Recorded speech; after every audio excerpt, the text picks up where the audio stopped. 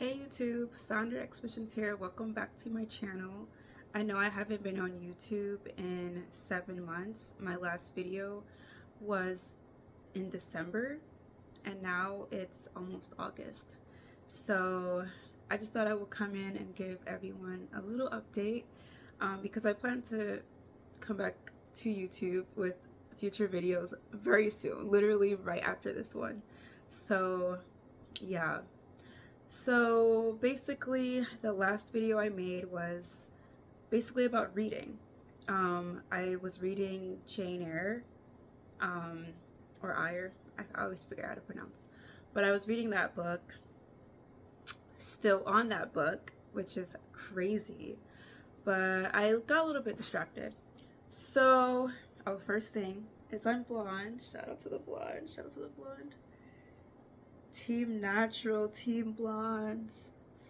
I actually went brown first before I went blonde. I'm gonna come out with a short about that. But anyways, so I'm gonna go through the reasons why I was gone, just like little updates, basically. So I lost my language learning motivation. I think after a year of studying Japanese and having to start at a low level in a language again, A1, and for it to drag out for as long as it did, was very demotivating, especially because I was set on that one goal of completing the course and it just took so much time, and not being able to communicate that well and putting in so much effort was a little bit exhausting. Yeah, so I wasn't really able to like study Spanish and French and Portuguese like that. And by this year, I had gotten a little bit distracted and just unmotivated. And so I've been averaging about one lesson with a teacher every week or two. So it's been that bad. And mind you, I used to do 10 to 15 hours a week of just studying in classes, and with like maintaining my languages and that sort of thing. So yeah.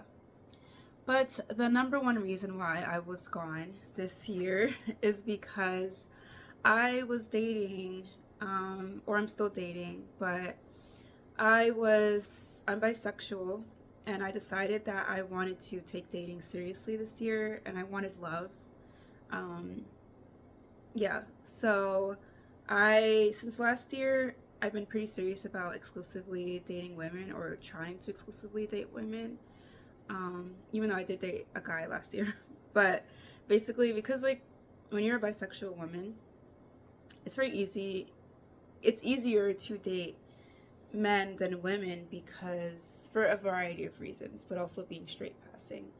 But also just because like I also didn't have a queer community. I wasn't really going to that many queer events. Every once in a while with a friend, I would take like one of my straight friends and we would go, but I really had to like lock in if I really wanted to explore that side of me more. And I'm sorry. Yeah, if I really wanted to explore that side of me more, and also like I didn't really have that much of a clear goal. I was like, I want to date a woman, whatever that looked like, or just explore. And I went on lots of dates last year. Last year with beautiful individuals, and it was great. And then this year, I think my second person I was dating this year ended up being somewhat of a relationship. We weren't official yet, but we were seriously on our way to being official. We did everything except the title. And we didn't call it the talking stage. Like she said, like, no, we're in a relationship, a non-exclusive relationship, as we walk towards exclusivity, whatever that means. And yeah, things were really great. It was very affirming. I was very attracted to her. She was very attracted to me. Things were very beautiful. Things moved fast. It was very passionate. It was just very unique having a different dynamic. It just felt like there weren't really rules in terms of like I felt like I could be my truest self, my open self. Like, our texts were very passionate. Everything was very much open without, I guess, fear of like coming off too strong. So I really liked that. And yeah, she was just so fine. She was so smart, very interesting, very passionate about many different things. And yeah, a lot of that was inspiring. I think we inspired each other. And then also, yeah, she was just, I really appreciated that. She made me feel like, I was $1,000,000, like she was very into me in a way that like not even men have been in the past. Like it's just a whole different experience being like, she was like a dog. I would just say that. And so it's very different from a guy being like that, a girl being like that from a guy. And yeah, I really liked, that experience with her. However, it did get toxic at some point. And I just didn't know how to put up boundaries because I've never really dated seriously before. So I think I just ended up learning a lot about my needs and communication style, which was a big issue, and also like how I deserve to be treated and how I deserve to be talked to.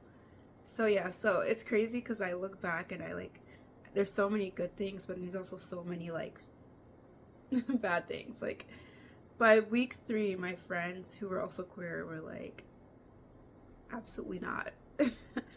But I was just like, oh no, maybe it was just communication, whatever. Yeah, but anyways, I guess I've moved on from that. I did leave that situation because I love myself.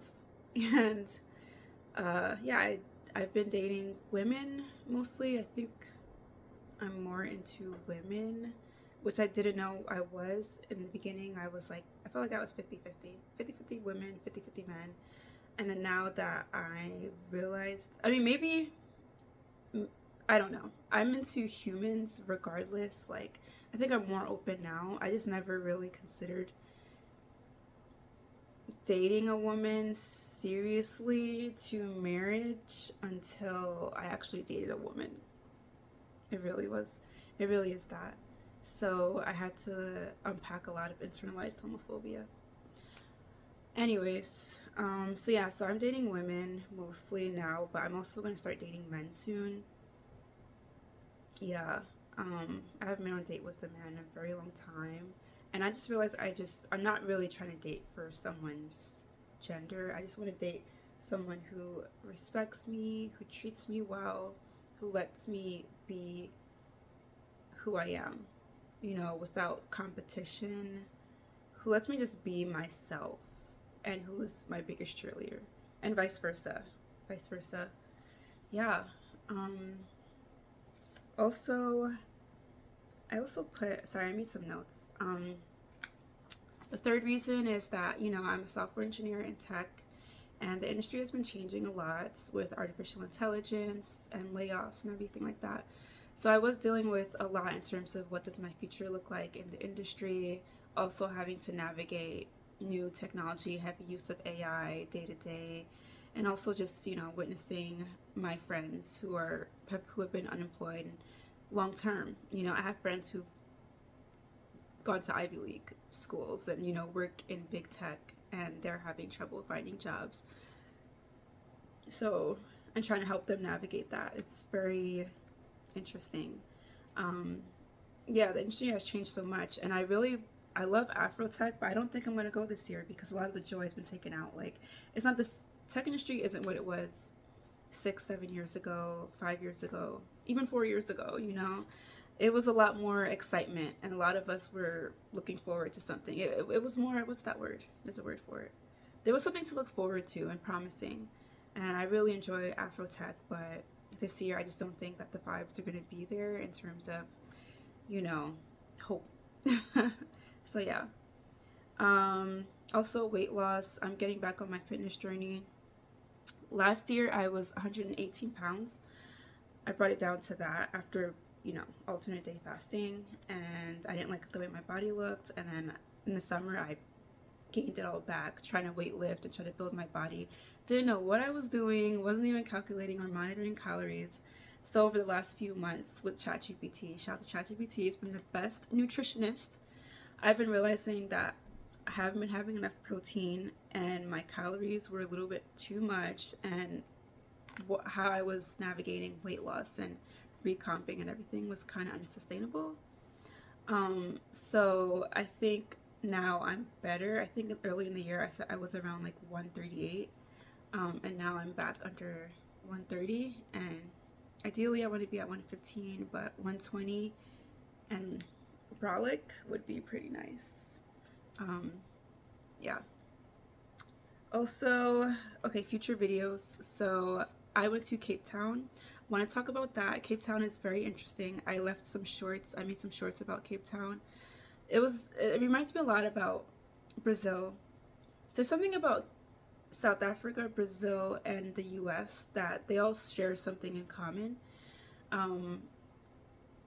Yeah, so I want to share a little bit about my experience in Cape Town. Also, I was in Brazil last month. Spent 2 weeks in Rio. Legal, muito legal. Eu gosto muito a cultura brasileira. Então, estava lá. I was there and I had an incredible time. That Brazil video. My time in Brazil was quite up. Yeah. So that video is coming up. And also meditation. I haven't done a 10-day silence retreat in 2 years. Yeah, I haven't done one in 2 years, so I've been doing a lot of volunteering and I've still been meditating, but I haven't gone deep like I used to, and I am thirsting at this point for it. So yeah, so I have one coming up, a 10-day meditation retreat, silence retreat. And also I have a French immersion coming up. I didn't do French immersion last year. I normally do a French immersion with SL immersion, you know, where I live with the teacher. So that's coming up soon in a few weeks as well. So you guys will have a lot of material, you know. I'm like so close to 1K subscribers, and it's crazy that I haven't been consistent, like at least to push me over, like to get 40 more subscribers. I'm trying to be better, but yeah. I mean, it's not like my videos be getting mad views anyway, but you know, at least it would be nice to get like 1K subbies and consistent viewership.